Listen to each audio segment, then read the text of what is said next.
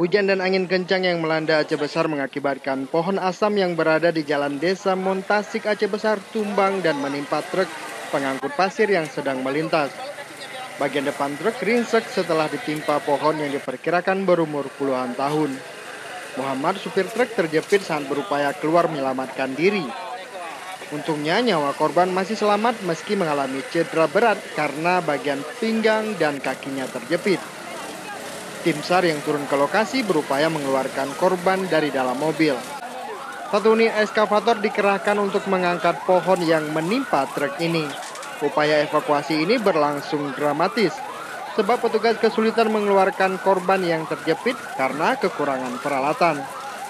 Akhirnya korban baru bisa dikeluarkan dari dalam mobil setelah lebih dari 3 jam terjepit di dalam mobil itu.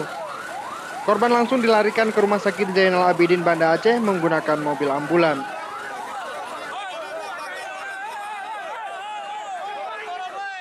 Ya, jadi kita tadi terima informasi itu jam setengah satu kita terima informasi bahwa ada satu orang yang mengendarai kendaraan truk itu tertimpa pohon.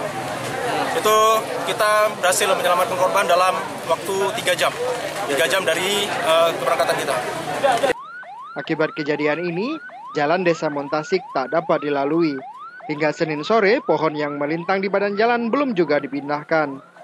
Dari Aceh Besar, Riza Nasir melaporkan untuk Aceh Video.